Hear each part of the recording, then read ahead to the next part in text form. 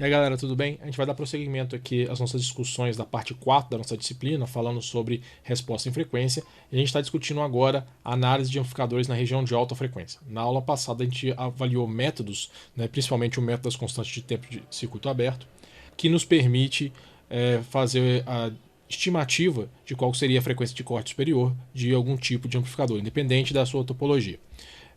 E agora a gente vai começar a analisar individualmente cada tipo de circuito que a gente já discutiu nas partes anteriores da nossa disciplina. E a gente vai começar essa série de aulas analisando os amplificadores fonte comum e emissor comum. Então aqui eu fiz o desenho do fonte comum, né, e eu vou fazer uma simplificação só para generalizar nossas contas, né, que eu vou modelar esse circuito aqui dessa forma. Então percebam que eu fiz o quê? Eu fiz uma análise de Thevenin do nosso circuito de entrada. Então aqui eu fiz um Thevenin, onde eu agora estou modelando o meu sistema de entrada como sendo um VSIG linha, que é uma composição dada pelo divisor de tensão RSIG com RG do nosso amplificador, e que a minha resistência de fonte agora, ela é na prática o RSIG em paralelo com o RG. Da mesma forma, eu já associei aqui meu resistor de dreno com a minha resistência de carga num RL'.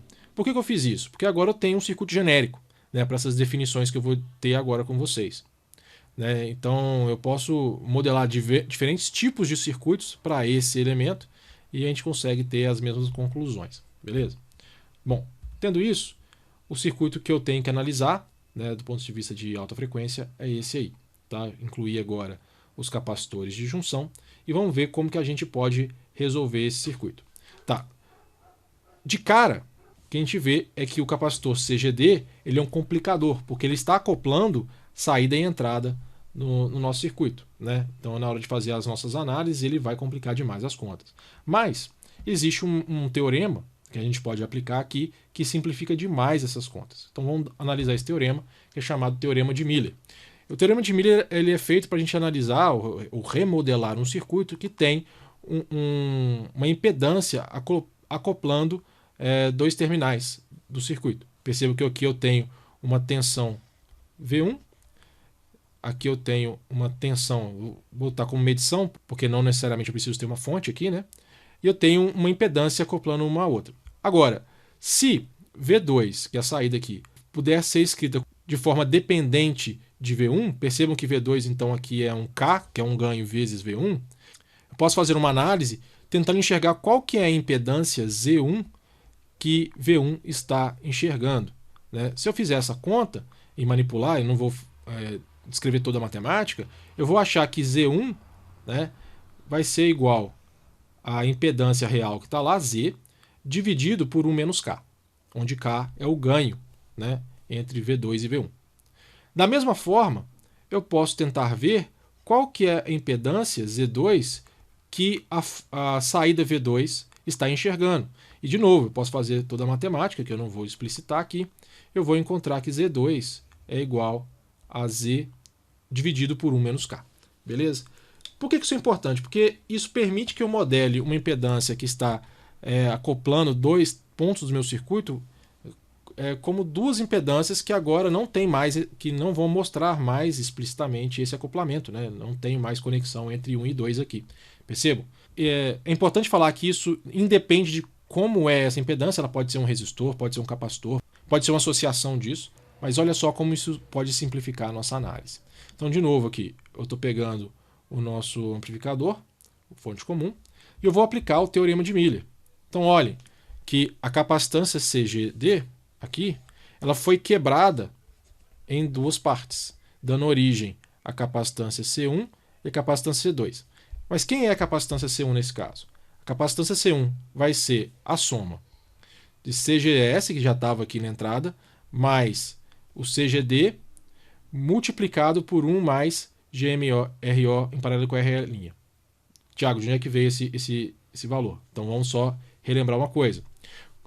Olhando esse circuito na sua banda média, o que eu vou ter? As capacitâncias CGD e CGS vão ser retiradas, né?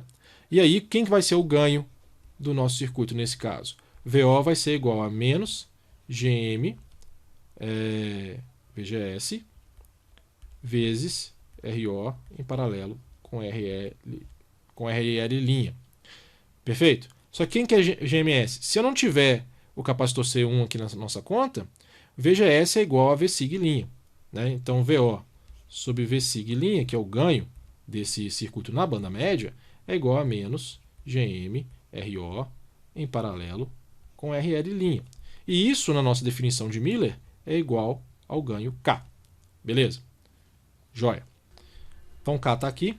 Agora, a gente viu que o Z1, que é a impedância vista pelo circuito de entrada, né, nessa teoria de Miller, vai ser igual ao Z dividido por 1 menos K.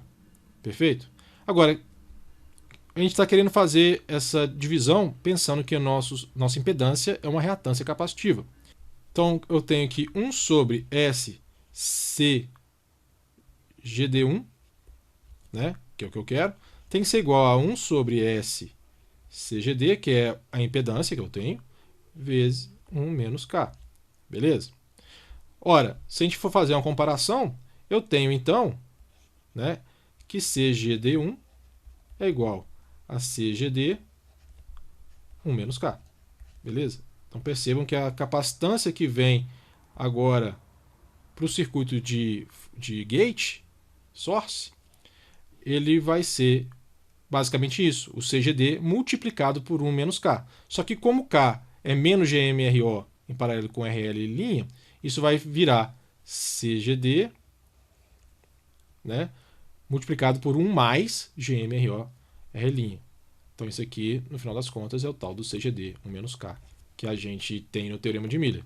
Feita essa explicação agora, só para deixar bem claro de onde é que vem essa equação, eu tenho que a capacitância de entrada do meu circuito agora é CGS mais esse termo aqui, que é a capacitância CGD amplificada, de certa forma, e que a capacitância C2 também sai do Teorema de Miller, vai ser o CGD dividido por 1 menos 1 sobre K, que vai dar essa expressão aqui.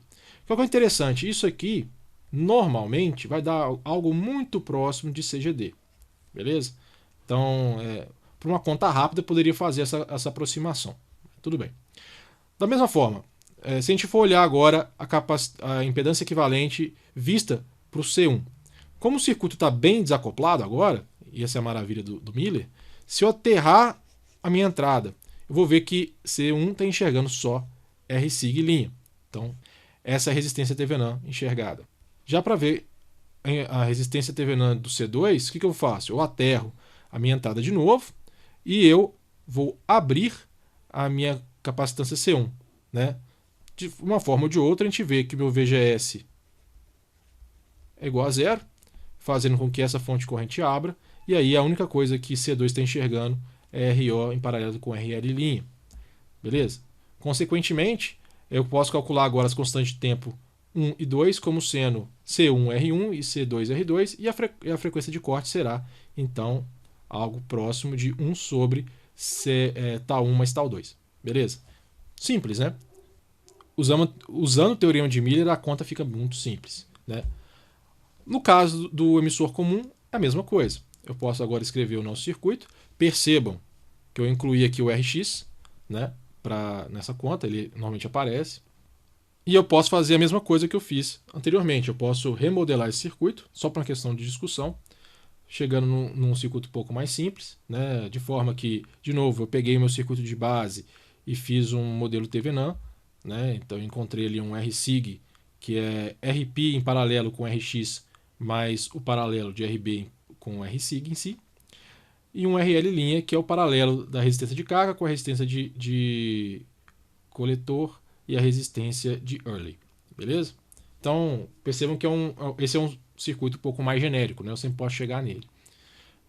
Da mesma forma, eu posso usar o Teorema de Miller e quebrar a capacitância Cmi em duas, né? A metodologia é a mesma, né? Eu calculo qual que é o ganho da banda média. Esse meu ganho vai ser aquele ganho K. E eu faço que a capacitância na entrada vai ser a capacitância de Miller vezes 1 menos K. Então vai ter exatamente esse termo. E a capacitância na saída vai ser Cmi vezes 1 menos 1 sobre K. Vai ter esse termo aqui. De novo, normalmente eu vou encontrar o C2 muito próximo do valor de Cmi. Beleza? Da mesma forma, né, a resistência equivalente vista por C1 ali, que é a composição de Cπ com o Cmi amplificado, vai ser apenas Rsig aqui. E a resistência equivalente vista por C2 será o RL', né? Eu também posso escrever a minha frequência de corte da mesma forma como eu fiz para o MOSFET, né? É a mesma coisa, né?